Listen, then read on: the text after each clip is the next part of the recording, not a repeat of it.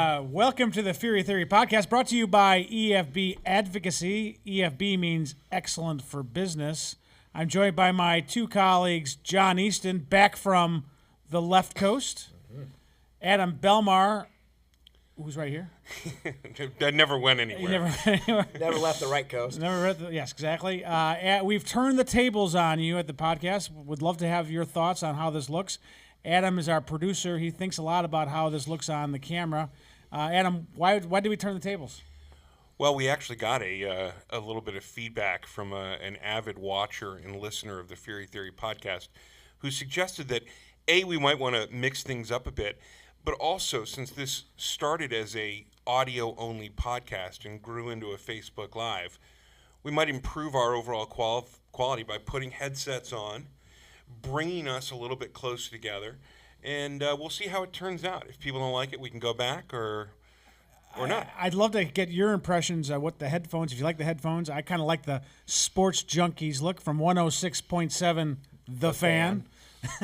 If you don't like that, we'll probably keep it on anyway, but we'd love to hear your feedback on the Fury Theory podcast and on, of course, the Facebook pages. And iTunes. It's going to lead to just a little bit less audio editing after the fact by me. That's important. And more audio enjoyment for all of you. It's all about the audio enjoyment. Theory 1, winter is staying. Today is Groundhog Day, and unfortunately for all those who dislike the cold weather, the groundhog saw his own shadow. Here's my theory. We will not only have 6 more weeks of winter, but 6 more weeks of continuing resolutions, because unfortunately the Republicans will not be able to get their act together before then. And I think the next CR expires in 2 weeks. They're not going to be able to figure this out in 2 weeks. John Easton, the Republicans are assembling at the Greenbrier, trying to map out a strategy for the year. Do you think that they can get a budget deal without dealing with immigration? Greenbrier in West Virginia, that is. And if most of them are still there, I don't know.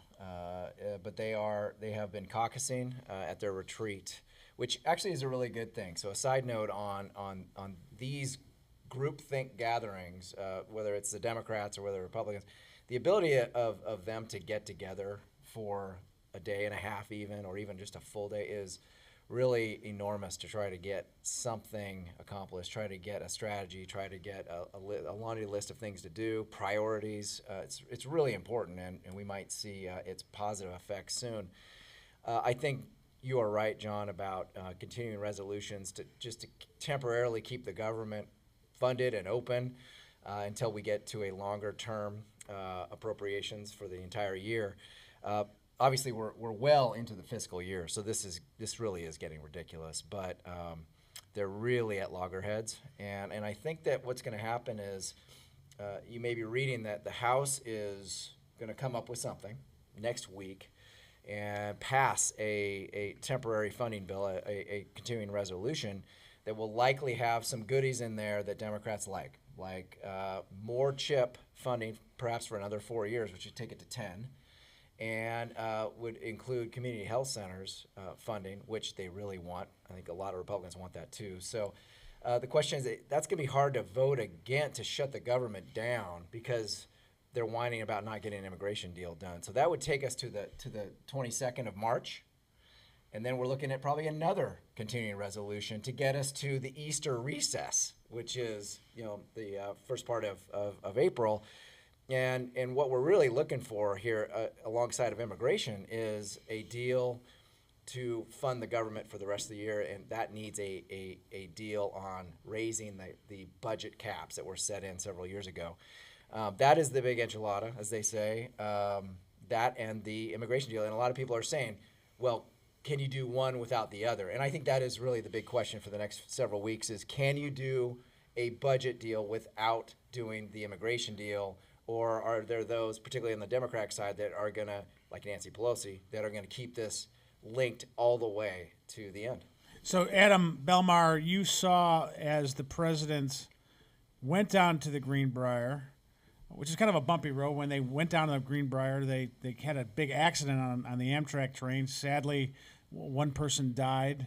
He has a GoFundMe page To I help, saw that last which night, I think is nice, and if you can contribute, I think that's nice. But this is also kind of a metaphor. We don't want a train wreck for the Republicans. And they need to get this thing done. The president was at the Greenbrier saying basically to them, "You got to sign on to my immigration deal," and it's actually the hard right that doesn't like his immigration deal. Adam, what are your thoughts on how this is all going to work out, and if you think that the Republicans can pass an immigration deal? Well, I watched the president's speech at the Greenbrier, and one of the things that I noticed is that he seems fully bought into his own strategy here, that he's put enough on the table, he says, to show that the Democrats are looking for an issue and not the bill. And he's sweetened the elements of the immigration plan, besides the pillars, which I thought he did a great job of explaining in the State of the Union.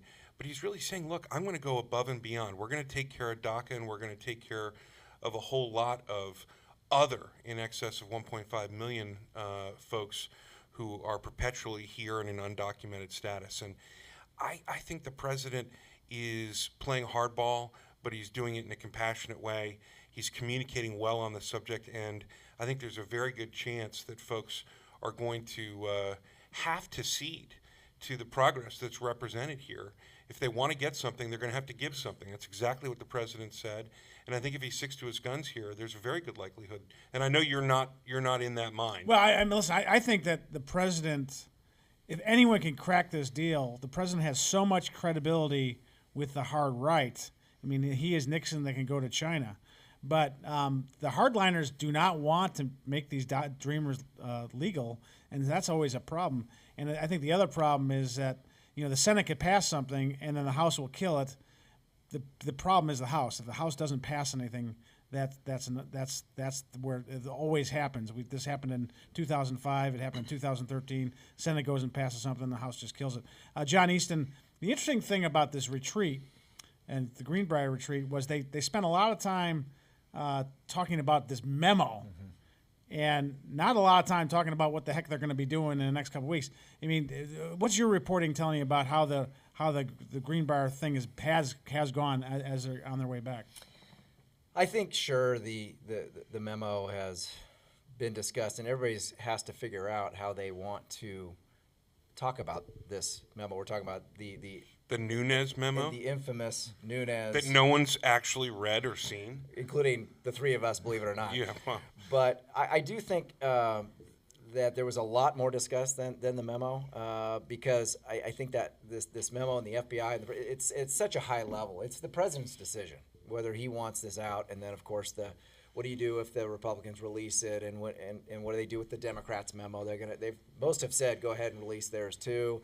It's just a lot of gamesmanship going on here. But I mean, just kind of back to the immigration piece again, because I do think that at the Greenbrier that was discussed a lot from what I'm picking up, and I think that Adam, you're exactly right about the momentum really having shifted to the president over the last several weeks. I'm actually really surprised. I didn't think that the Republicans' hand would have been strengthened this much, and part of it is because he has put out DACA offers. Yeah. And to the extent of what, 1.8 million? Is that what he put? That's right.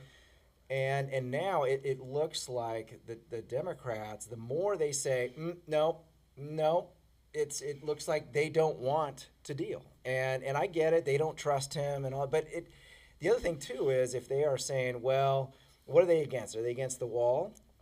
Because you can't have DACA without border security. Or are they against visas? Their argument and their rationale gets too convoluted, and right. It's too tough to synthesize in the public. So I think That's a great point. I think their hand is getting, the Democrats' hand on the immigration issue is getting weakened by the day. Let me say two things to this. First of all, the president has a lot of credibility because the tax cuts are getting more popular. I thought he gave a great speech at the State of the Union, which we'll talk about a little bit later. The third thing is the Democrats shut the government down and look like idiots. And I think that by shutting the government down, so all these things strengthen the president's hand. You see his approval ratings going up. You see the Democrats' generics going down. And that's got to make the Democrats nervous at in Belmont. And you did some research into what Bill Clinton said during his State of the Union. Yeah. Well, let me just say on the issue of shutting the government down that typically what happens here in Washington is when the government gets shut down, people don't work, obviously, and then we end up paying them retroactively. Every time. And all of the money that would have gone towards productivity in this space is literally just wasted. And at some point, you're going to be able to tally that number up against the number that they're asking for on the wall. And just sit back and scratch your head and realize that politics is driving money down a rat hole for absolutely no reason. But on the topic of Groundhog Day, it's so wonderful to see. If you go back to 1995, President Bill Clinton in his State of the Union address, very similar rhetoric about illegal aliens here in the United States taking American jobs, the issue of border security. These were issues that garnered bipartisan support and praise during that State of the Union address, Fury. And here we are, just playing this day over and over again, and it seems it's not about the substance of the policy, it's about who's saying it and what the context is in the room when it's spoken. A couple things. The more I talk to kind of nonpartisan analysts, 3 months ago they were saying that the Republicans are doomed. Now they're saying that the Democrats are doomed because they don't have a message. A second point, John Easton, I want you to address this real quick. We have a jobs report that came out that showed that wages have gone up, the most they've gone up in 8 years, which is, I think, a really important for the Republicans because they talked about the wages, as being a part of the tax cut. Do you see this? Do you sense a greater sense of optimism within the Republican conference, or do you still think they're still kind of concerned about things? Yeah, there clearly is a lot of optimism, and I think if you just read the Wall Street Journal, I say the Wall Street Journal every day because they truly do cover the economics of politics, but also just of Main Street on a daily basis. I mean, just today you look at the big three, Google and Apple and Amazon, and they were just showing their fourth quarter growth. It's just earnings it's are incredible, killing it. Yeah, I think wages. I think we're still waiting for those to go up a little bit more to really say that we have turned a corner on stagnant wages in this country. But another 200,000 jobs gained in January. I think so. That's still on the rise, even though that our unemployment rate is at 4.1%. So I mean, just everything in the stock market is going. There is no way to escape the positive aspects of this economy. And energy prices are back to where they should be. So employment in the Gulf states, employment in North Dakota, Alaska. I mean, they're all going to benefit there in that sector as well. So I mean, just it is a green light on the economy right now. I make one last observation about wages, and that is, if you constrict the labor supply, which Donald Trump has done by having bigger border security, more internal security, and cracking down on illegal hiring of illegal aliens, that also raises wages. And I think one of the biggest problems with this, with the economy we are in right now, is that companies cannot find enough qualified workers, and so I think you'll see the participation rate go up because more people have said, well, yeah, I'm not going to work anymore, are going to find it attractive to go back in the workforce, which is a good thing. But that being said, I think companies are still desperate to find qualified workers, and that's going to be a problem for the economy. And so I think the president's got to understand that he's got to do something on immigration reform to make sure that we take advantage of all these positives going on in the economy. Agreed. It is the statement that John Easton made that I think is politically the most salient, though. He says, you can't escape the uptick in the economy, the now burgeoning growth in wages. It's just beginning.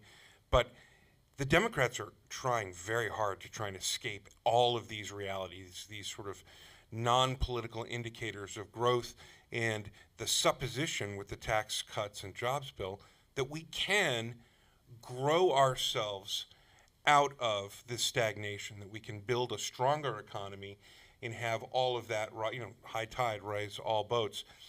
Those are points of fact. And while the Democrats sat on their hands scowling on Tuesday night, they are literally ignoring the green light indicators for the economy. I agree with you. Well, there. and I think to that point, what is somebody like a Senator Heitkamp, Senator Donnelly, Senator McCaskill, all Democrats in very competitive Senate seats, what do they do with this continuing growth of the economy? Because the reason why they voted against the tax bill was that it was going to give crumbs to the middle class and to the underprivileged. It's in their states, it's growth. So so they have to start with a negative. Yeah, and crumbs is such a condescending word for money that's showing up in people's pockets that makes a real goddamn difference. Hey now, watch the language. This All right, is so I'm over caffeinated. Theory 2, State of Disunion. As President Trump entered the House of Representatives, congressmen gathered on both sides of the aisle. But a break from tradition, on both sides of the aisle, they are both Republican because Democrats refused to shake the hand of the president they despise. And it went only downhill from there. The Democrats, led by their leader, Nancy Pelosi, put their biggest frowns on and petulantly refused to give Mr. Trump any respect whatsoever, even when he would endorse things that they have all traditionally loved, like lower drug prices or paid family leave or more fair trade practices. My theory, when you show no class, the voters don't like it. Adam Belmar, you've covered the State of the Union from the reporter side. You've been with the president when he's done the State of the Union from the staff side, so you know States of the Union. I thought this State of the Union was remarkable in how well the president did and how poorly the opposition reacted. What were your thoughts about the performance? I would agree with you. I think the president delivered the best speech of his presidency.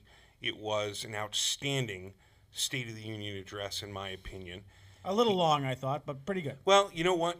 To the length, we've all sat through some long States of the Union addresses. And part of the length was that this president is feeling more comfortable in his own skin. He took his time. He knew the audience that he was addressing. He had rehearsed the speech well, in my opinion, which went a long way towards making him feel so comfortable. And a lot has been made, John, of the personal stories that the president told. This is nothing new. But he did it in a really remarkable way. He had met all of these folks beforehand. He knew their story.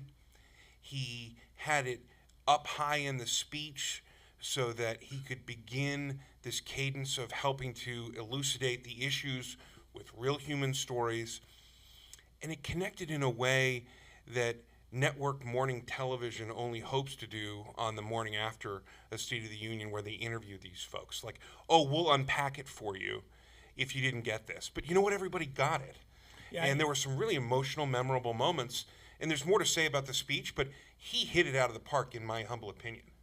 A couple really remarkable moments. The one where he had the parents of the kids who were killed by MS-13. Oh, God. I mean, that was pretty rough, pretty great.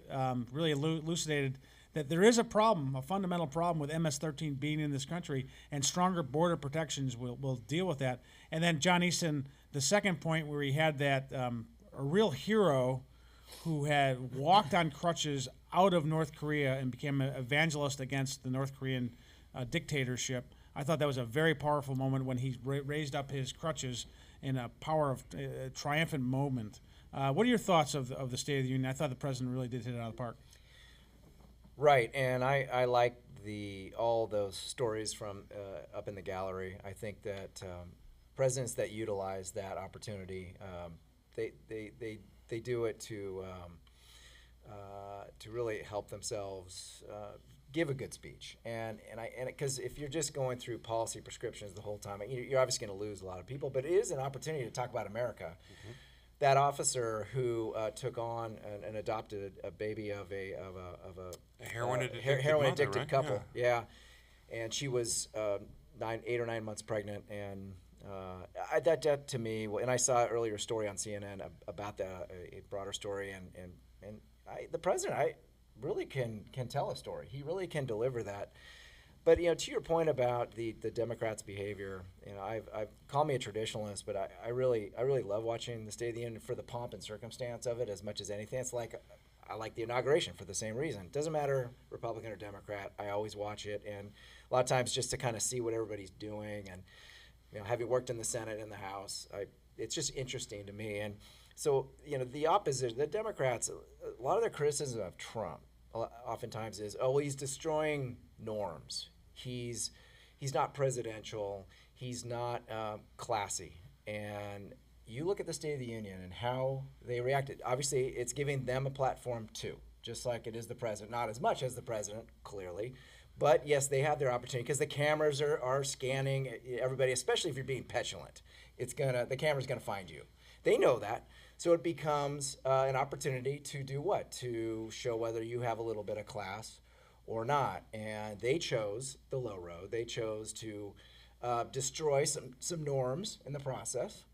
And so they're doing exactly what they criticized the president for doing. Yeah.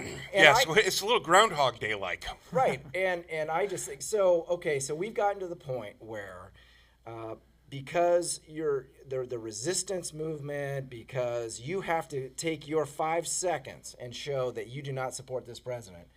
And so when it comes to you, you're sitting there sad-faced, not clapping, sitting on your hands, smug. Is that really contributing to the process here? Is that winning you points? And I say this not because there's a Republican in the Oval Office and I'm a Republican. I'd say this too about if Republicans were doing this to Obama, and I didn't like the "you lie" shout out, in Obama's State of the Union. I didn't like that. That was a low watermark. It was It was low terrible. road. It was terrible. And I actually wrote an op-ed piece condemning Joe Wilson, who I like, but that was no class. And when you show no class, it doesn't help you. And I appreciate the Democrats need to do a nod to their team, their resistance movement, and they don't like Trump. I get that, but on certain things, they could have stood up and applauded Trump on paid leave, something that they've been fighting for forever. That's what Republicans would have done if President Obama was talking about things that they like. If he stood up about bad trade practices and how we need to trade. I mean, this is something that Bernie Sanders has been fighting forever. He should have stood up and said, "I'm with you on that," because I know we're politicians, but I want to work on behalf of philosophies I believe in. And instead, they're just like, you know what? I don't care about the philosophy. I just dislike you so much. I'm not going to do anything for my constituents. Screw my constituents. I'm angry. I'm going to take my football and I'm going to go home. And football is actually a good segue. We won't go to there Well, yet. I want to keep going on this for a second because I really feel like people, and I think they inherently understand this, but it's often called the Super Bowl of politics. But one of the reasons that this is the case is because it is the very definition of roadblock coverage in our country. All of the broadcast networks are covering the speech, all of the cable networks, the proliferation of other internet-based channels to watch it. And it is an instance where the president is engaged in a rhetorical exercise, which is important. It sets the tone.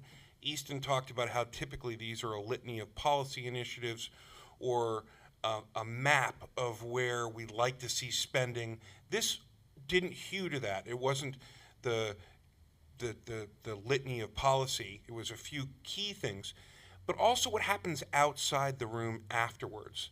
Concurrent to the Democratic response, and I think we should treat this for just a second, there's also something that goes on akin to post-game heads after a football game in the Statuary Hall, where you have members of Congress all flocking back to talk to their local media, to give reaction. This is how you and I met about 20 years ago. Right. We had a bit of a kerfuffle, you and I. Well, that's because you wanted to put Hillary Clinton on the news instead of my boss, the Speaker of the House, Denny Hastert, in the local WGN. I don't hold a grudge on that, but it was a tragically misguided decision. It was one of the worst mistakes in broadcast television history, at least where I am concerned. But in any event, folks being able to get back and talk about how the president's agenda and what's going on from a policy perspective in Washington impacts their constituents, that's a critical part of this. Yeah. And they were really undercut, I think, the Democrats, by their inability to reach truth or even respect anything that they could concur. And let's unpack this a couple of seconds. There were 5 official responses from the Democrats. Wait, hold on. including one by Mr. Chapstick, Joe Kennedy III. I think Joe Kennedy the First would have been rolling over in his grave when he heard the socialist claptrap from his grandson or great-grandson, Grandson. The Kennedys have gone from John Kennedy, Joe Kennedy, who was a conservative, to John Kennedy, who was kind of conservative, to Robert Kennedy, who was a conservative, then became a liberal, to Ted Kennedy, who was a big liberal, to now Joe Kennedy III, who is a communist. I might as well say that. And John Easton seems like a nice guy. He's like 13 years old, millennial, wants to give everyone's money away, except for his own, I'm sure, because that's how the Democrats roll. I thought his response was, I think a high school kid could have given a better one. Well, since you just put the chapstick on, I'm going to kick. This Okay, reaction no, to you. because I'm ready. I'm glossed up. I don't want the chapstick to dry up. Look, let me just take a producer's perspective on Joe Kennedy's speech. When you are delivering the Democratic or any response to a State of the Union, your audience is through the lens. It is to Americans and not to a small room at a vocational school in Fall River, Massachusetts. Joe Kennedy never connected with the audience outside the room. He never really laid down that he was speaking to a wider American audience. His response failed on that communications plate alone. As far as the rhetoric and the policy of indictment of the president and Republicans writ large, I really felt like it failed on a second level when he more or less acknowledged he didn't even listen to the speech. It was given in a vacuum. Nobody really heard what the man said. So there was no give and take there that people come to expect. And then visually, it was probably as off-putting as I am right now, slathered in chapstick. It was one glossy mess. It was a glossy mess. Now, those responses are always a disaster.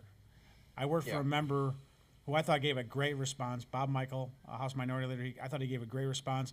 It was widely panned by the audience, and that might have been one of the best ones ever given.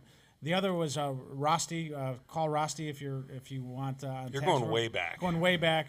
Marco Rubio, obviously famous for the drink, which was kind of as bad as this one. Well, I think that's what gave way to this, right? Joe Kennedy was worried as Bobby hell. Jindal, not Bobby Jindal, not the Gone with the Wind.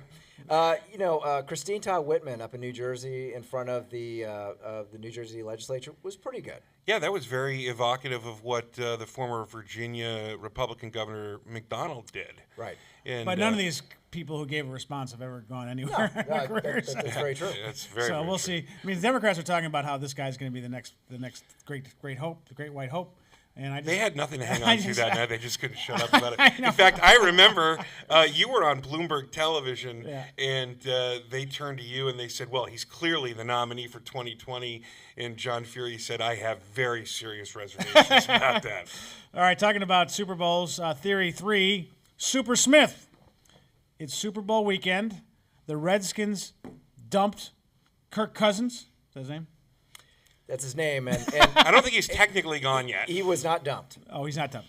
And the president took one last shot at those NFL players who like to take a knee during the national anthem. Did.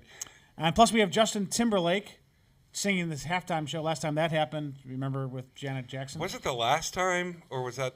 Anyway, you're right. There was Nipplegate. As you know, guys, I'm not a Redskins fan, and all this discussion is really aimed at you, Topher Cushman. But you guys discuss amongst yourself. Having the new quarterback come in, is this going to get the Redskins to the Super Bowl, or is this just more of the same? Well, I think that I think you may have heard my opinions on this before about the Kirk Cousins debacle, and this was not Kirk's fault at all. I mean, I would have been perfectly happy if they would have found a way a couple years ago to just go ahead and give the guy a long-term contract. I was telling Adam the other day I thought this was a little more of a lateral move from Kirk Cousins to Alex Smith, but I think we still have a quality quarterback at our hands. But I think it is so much more than the quarterback, and that the problem with the Washington Redskins over the years has been they really have gone for the bright, shiny object, and they have neglected so many other needs. That it's put them in a real deficit situation. We're still feeling the effects of the Robert Griffin mortgaging the future Definitely from right on Robert that. Griffin III, who is long gone out of the NFL, never really did anything, and really was a bust. So I think that a couple of years ago when I saw great signs. They used their top pick. I can't remember, number 6 or I can't remember what it was in the draft to select Brandon Scherf of Iowa, who was an offensive tackle who now plays offensive guard. It was a sign that we get it. We It was understand a what real it building takes. move, wasn't And, it? and what it says to me, and they had one of the best offensive lines in the National Football League the previous year, and just as by luck and bad luck, injuries were just riddled across the line, and then things kind of fell apart from there. It just takes so much more. The Redskins have so many holes to fill. Alex is going to be fine, but it's not even the beginning of the story. It's two points, Adam. I don't want to get into the specifics of the Redskins, but I do want to say this. First, I was watching Fixer Upper, the television show, and Robert Griffin III was on the show. It was fantastic.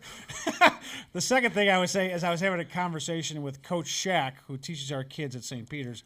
He's a Gonzaga football coach. And he was talking about the importance of the offensive and defensive lines. It doesn't really matter who the quarterback is. If you have the offensive line, defensive line, and you spend time on that, that's going to get you championships. Adam, you are a Redskins fan. What's your thought on this? Is this going to be going to help, or is this kind of a lateral move, or is this a step back? Well, first of all, to answer your first question, no, it's not going to help the Redskins get to the Super Bowl. It's certainly not going to take us to the Super Bowl by itself. And I have no problem with the move whatsoever. I agree with Easton that Cousins was a quarterback who was probably worth keeping when we could have kept him. We built him into something that was a bit of a juggernaut due to the financial intricacies of contract negotiations in the NFL, and he was just too expensive. And you know what? If you can't afford it, you can't afford it. So be honest and move on. Alex Smith is an upgrade. It's all fine. The Redskins aren't going to the Super Bowl. I love the Redskins. I'm used to being disappointed, and it's all going to be fine. So let's talk about a couple minutes about the Super Bowl. I was wrong. I thought Minnesota would be there. They got their butts kicked by the Eagles. Are the Eagles the real deal? Can Tom Brady win one for the second thumb, or what? How many Super Bowls does he have? He has 6. 6, I believe, right? Yeah, no, Tom Brady is an American hero, and he will win the Super Bowl. We can dispense with this whole topic now. What do you think? I kind of want what Adam is saying to happen, but boy, the Eagles, their defense, they're just kind of a machine right now. And if they can get to Tom Brady, the New England could be stuck and could have a hard time winning this thing. That's right. Did you guys read that apparently the Eagles are suffering from the flu? Oh my Some gosh, of them no, I didn't carry. read that. They're all, not all, but many of them are struggling out there in Minnesota with the flu right now. I take the Patriots. Patriots. What do you Patriots. think? I'm going to take the Eagles just because someone's got to take the Eagles. I might as well be. I haven't really paid that much attention to the NFL. What do we think about the state of the NFL? I mean, as the president's continual hitting the NFL on the whole kneeling controversy, it seems like there's as much excitement about this Super Bowl as ever, and that's because of Tom Brady and the Kroft family, who are huge supporters of Donald Trump, which is kind of ironic, don't you think? Well, I honestly don't know. I earlier this year I said I think that the NFL is probably more ascendant than people would like to think right now. I still think that, and honestly, I think this whole issue around the national anthem, while it's been divisive and it's brought up issues of free speech, etc., even we are seeing it in our business. People are taking the issue of starting meetings with large group meetings with a national anthem very seriously. There's something great about that patriotic example to be set, and I just don't see the president having gone off in the wrong direction, declaring that the Congress is an institution and a memorial here in Washington to the people, and that flag and that anthem are important. All of that is true, and I think the NFL, if it just keeps itself straight, will find their way through the woods on this. John Easton, what are you buying or selling today? Well, I am going to be less less political on my buy. I'm going to buy skiing with your kids. You brought that up a little earlier. I am going to do a little bit of that this weekend, and it is a very fun experience. John just had his first recently with skiing with his kids, so he can attest to it. And I didn't get to ski with my parents growing up because they didn't ski, but which is fine. I sort of taught myself. But you were a stud skier, though. I really wanted to do it, and I made sure I learned, and it all worked out great. But there are lots of fun activities, obviously, with your kids. This is just a really good one. I agree with you. It's a great one to buy. I'm all for it. That in Belmar. I am selling emotional support peacocks. That's right. you may be aware that we had really finally just pushed the ever-living edge of where Americans want to go with loopholes. You know, they say they want to close loopholes in the tax structure, but they love their loopholes when it comes to getting on an airplane with their emotional support pet. And we finally hit the outer edge of it, where a woman trying to get on a United Airlines flight at Newark Airport bought an extra seat. She didn't try and just, get the thing under her feet or on her lap. No, she bought a seat for her peacock. And this is insanity, and America needs to wake up. And I think if you've got an emotional support peacock, now's the time to sell. That is freaking brilliant. I'm going to be buying the Washington Nationals. I know I shouldn't. We're buying more tickets? We have plenty of tickets. Tickets are still available. Yeah. But this is Bryce Harper's last year for the Nationals, perhaps. We have the All-Star game in Washington. I think that the Nationals got a great pitching staff again. I think they've made some good moves over the offseason. I think they finally got rid of Jason Worth, who actually made it to the State of the Union. I'm a big Jason Worth fan. He's just time for him to go. And I'm really excited about their new manager, who I'm not, Dusty Baker was a nice fella, iconic figure in history, but too old to be a good manager, and got really outclassed by Joe Madden. And so I think that they have a real good opportunity to win the pennant and finally get to the World Series. And I think they're going to do it. So I would buy the Washington Nationals. And you can bet that this isn't the last time we're going to talk about Bryce Harper's future with the Washington Nationals. Yeah, that's exactly right. And guys, you know what? Thank you for joining us today at the Fury Theory podcast, brought to you by EFB Advocacy. EFB means? Excellent for business. Have a great weekend.